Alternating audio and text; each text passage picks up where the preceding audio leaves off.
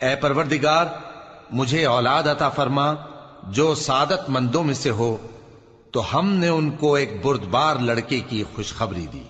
جب وہ ان کے ساتھ دوڑ دھوپ کی عمر کو پہنچا تو ابراہیم نے کہا کہ بیٹا، میں خواب میں دیکھتا ہوں کہ گویا تم کو ذبح کر رہا ہوں، تو تم سوچ لو کہ تمہارا کیا ارادہ ہے۔ انہوں نے کہا کہ ابا جان، جو آپ کو حکم ہوا ہے وہی کیجئے، اللہ نے چاہا تو آپ مجھے صابروں میں پائیے گا۔ اس طرح جب دونوں نے حکم مان لیا اور باپ نے بیٹے کو ماتھے کے بل لٹا دیا تو ہم نے ان کو پکارا کہ اے ابراہیم، تم نے خواب کو سچا کر دکھایا، ہم نیکوکاروں کو ایسا ہی بدلہ دیا کرتے ہیں، بلا شبہ یہ کھلی آزمائش تھی۔ اور ہم نے قربانی کی ایک بڑے جانور سے ان کا یعنی اسماعیل کا فدیہ دیا، اور پیچھے آنے والوں میں ہم نے ابراہیم کا ذکر خیر باقی رکھا کہ ابراہیم پر سلام ہو، نیکوکاروں کو ہم ایسا ہی بدلہ دیا کرتے ہیں۔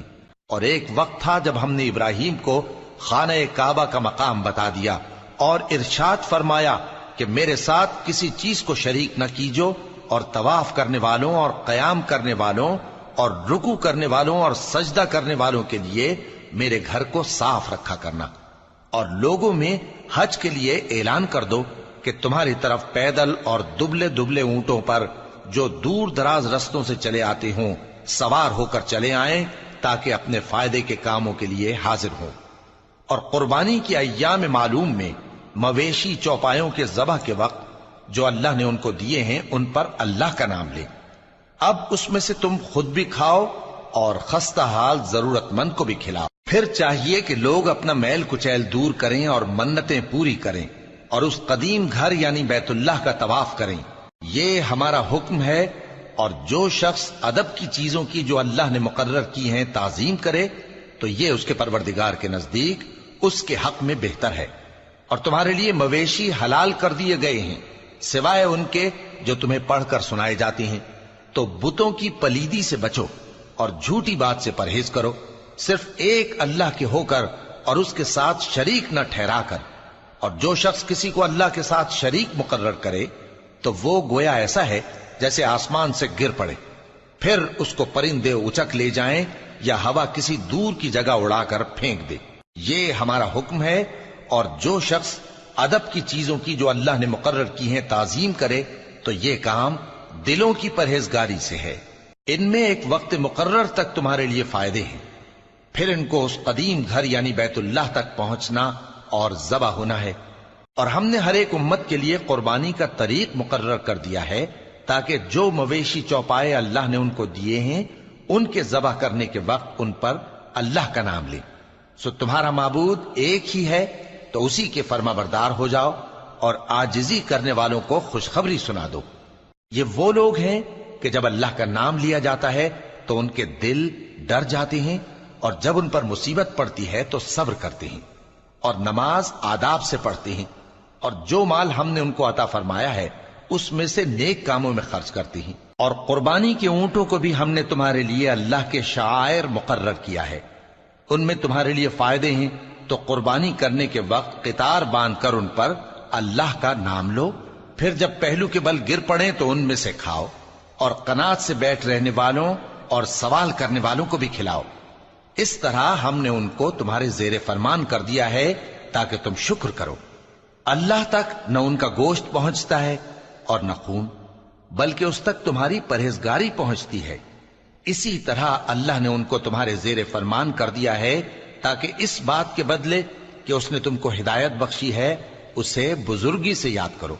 اور اے پیغمبر، نیکوکاروں کو خوشخبری سنا دو، اللہ تو مومنوں سے ان کے دشمنوں کو ہٹاتا رہتا ہے، بے شک اللہ کسی خیانت کرنے والے ناشکرے کو دوست نہیں رکھتا۔ اور جب موسیٰ نے اپنی قوم کے لوگوں سے کہا کہ اللہ تم کو حکم دیتا ہے کہ ایک بیل ذبح کرو، وہ بولے کیا تم ہم سے ہنسی کرتے ہو؟ موسیٰ نے کہا کہ میں اللہ کی پناہ مانگتا ہوں کہ نادان بنوں۔ انہوں نے کہا کہ اپنے پروردگار سے التجا کیجئے کہ وہ ہمیں یہ بتائے کہ وہ بیل کس طرح کا ہو۔ موسیٰ نے کہا پروردگار فرماتا ہے کہ وہ بیل نہ تو بوڑھا ہو اور نہ بچڑا، بلکہ ان کے درمیان یعنی جوان ہو، سو جیسا تم کو حکم دیا گیا ہے ویسا کرو۔ انہوں نے کہا اپنے پروردگار سے درخواست کیجئے کہ ہم کو یہ بھی بتا دے کہ اس کا رنگ کیسا ہو۔ موسیٰ نے کہا پروردگار فرماتا ہے کہ اس کا رنگ گہرا زرد ہو کہ دیکھنے والوں کے دل کو خوش کر دیتا ہو۔ انہوں نے کہا اب کے پروردگار سے پھر درخواست کیجئے کہ ہم کو بتا دے کہ وہ اور کس کس طرح کا ہو، کیونکہ بہت سے بیل ہمیں ایک دوسرے کے مشابہ معلوم ہوتے ہیں، اور اللہ نے چاہا تو ہمیں ٹھیک بات معلوم ہو جائے گی۔ موسیٰ نے کہا کہ اللہ فرماتا ہے کہ وہ بیل کام میں لگا ہوا نہ ہو، نہ تو زمین جوتتا ہو اور نہ کھیتی کو پانی دیتا ہو، بے عیب ہو، اس میں کسی طرح کا داغ نہ ہو۔ کہنے لگے اب تم نے سب باتیں درست بتا دی، غرض بڑی مشکل سے انہوں نے اس بیل کو ذبح کیا۔ بے شک کوہ صفا اور مروہ اللہ کی نشانیوں میں سے ہیں، تو جو شخص خانہ کعبہ کا حج یا عمرہ کرے اس پر کچھ گناہ نہیں کہ دونوں کے درمیان چکر لگائے، بلکہ یہ ایک نیک کام ہے، اور جو کوئی نیک کام کرے تو اللہ قدردان ہے، دانا ہے۔ اور اللہ کی خوشنودی کے لیے حج اور عمرے کو پورا کرو، اور اگر راستے میں روک لیے جاؤ تو جیسی قربانی میسر ہو کر دو، اور جب تک قربانی اپنے مقام پر نہ پہنچ جائے سر نہ منڈاؤ۔ اور اگر کوئی تم میں بیمار ہو یا اس کے سر میں کسی طرح کی تکلیف ہو تو اگر وہ سر منڈا لے تو اس کے بدلے روزے رکھے یا صدقہ دے یا قربانی کرے۔ پھر جب تکلیف دور ہو کر تم مطمئن ہو جاؤ تو جو تم میں حج کے وقت تک عمرے سے فائدہ اٹھانا چاہے وہ جیسی قربانی میسر ہو کرے، اور جس کو قربانی نہ ملے وہ 3 روزے ایام حج میں رکھے اور 7 جب واپس ہو، یہ پورے 10 ہوئے۔ یہ حکم اس شخص کے لیے ہے جس کے اہل و عیال مکے میں نہ رہتے ہوں۔ اور اللہ سے ڈرتے رہو اور جان رکھو کہ اللہ سخت عذاب دینے والا ہے۔ حج کے مہینے معین ہیں جو معلوم ہیں، تو جو شخص ان مہینوں میں حج کی نیت کر لے تو حج کے دنوں میں نہ عورتوں سے اختلاط کرے، نہ کوئی برا کام کرے اور نہ کسی سے جھگڑے۔ اور جو نیک کام تم کرو گے وہ اللہ کو معلوم ہو جائے گا۔ اور زاد راہ یعنی رستے کا خرچ ساتھ لے جاؤ، کیونکہ بہترین زاد راہ پرہیزگاری ہے۔ اور اے اہل عقل مجھی سے ڈرتے رہو، اس کا تمہیں کچھ گناہ نہیں کہ حج کے دنوں میں بذریعہ تجارت اپنے پروردگار سے روزی طلب کرو۔ اور جب عرفات سے واپس ہونے لگو تو مشعر حرام یعنی مزدلفہ میں اللہ کا ذکر کرو، اور اس طرح ذکر کرو جس طرح اس نے تم کو سکھایا، اور اس سے پیشتر تم لوگ ان طریقوں سے محض ناواقف تھے۔ پھر جہاں سے اور لوگ واپس ہوں وہیں سے تم بھی واپس ہو، اور اللہ سے بخشش مانگو، بے شک اللہ بخشنے والا ہے، رحمت کرنے والا ہے۔ پھر جب حج کے تمام ارکان پورے کر چکو تو مینا میں اللہ کو یاد کرو جس طرح اپنے باپ دادا کو یاد کیا کرتے تھے، بلکہ اس سے بھی زیادہ۔ اور بعض لوگ ایسے ہیں جو اللہ سے التجا کرتے ہیں کہ اے پروردگار ہم کو جو دینا ہے دنیا ہی میں دے دے، اور ایسے لوگوں کا آخرت میں کچھ حصہ نہیں۔ اور بعض ایسے ہیں کہ دعا کرتے ہیں کہ پروردگار ہم کو دنیا میں بھی نعمت عطا فرما اور آخرت میں بھی نعمت بخشیو اور دوزخ کے عذاب سے محفوظ رکھیو۔ یہی لوگ ہیں جن کے لیے ان کے کاموں کا حصہ یعنی اجر نیک تیار ہے، اور اللہ جلد حساب لینے والا ہے۔ اور قیام منا کے دنوں میں جو گنتی کے دن ہیں اللہ کو یاد کرو، اگر کوئی جلدی کرے اور 2 ہی دن میں چل دے تو اس پر بھی کچھ گناہ نہیں، اور جو بات تک ٹھہرا رہے اس پر بھی کچھ گناہ نہیں۔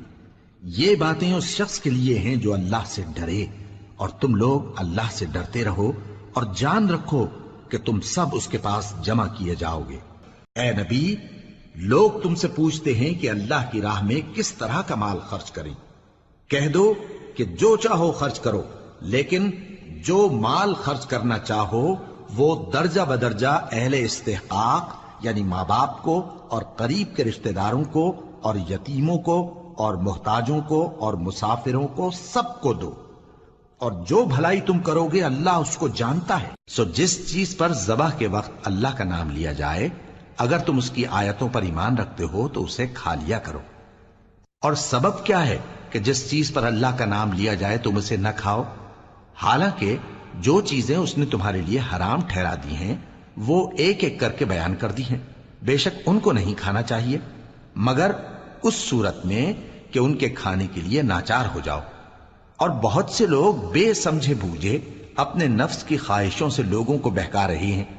کچھ شک نہیں کہ کہ ایسے لوگوں کو جو اللہ کی مقرر کی ہوئی حد سے باہر نکل جاتے ہیں تمہارا پروردگار خوب جانتا ہے۔ اور ظاہری اور پوشیدہ ہر طرح کا گناہ ترک کر دو۔ جو لوگ گناہ کرتے ہیں وہ عنقریب اپنے کیے کی سزا پائیں گے۔ اور جس چیز پر اللہ کا نام نہ لیا جائے اسے مت کھاؤ کہ اس کا کھانا گناہ ہے۔ قربانی اور میرا جینا اور میرا مرنا سب اللہ رب العالمین ہی کے لیے ہے، جس کا کوئی شریک نہیں، اور مجھ کو اسی بات کا حکم ملا ہے